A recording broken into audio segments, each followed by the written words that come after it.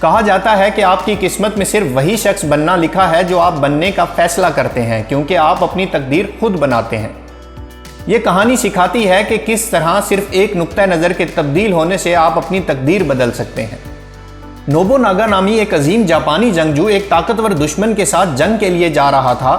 اس کے پاس اپنے دشمن کے مقابلے میں فوج کا صرف 10واں حصہ تھا۔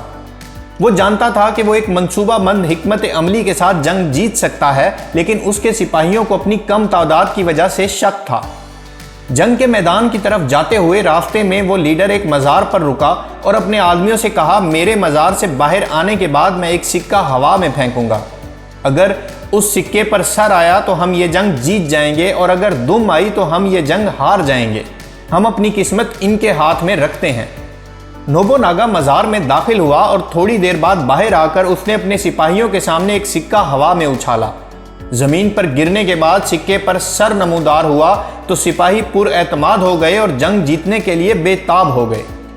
جنگ جیتنے کے بعد نوبوناگا کے ایک خادم نے اسے کہا، تقدیر کا لکھا کوئی نہیں بدل سکتا۔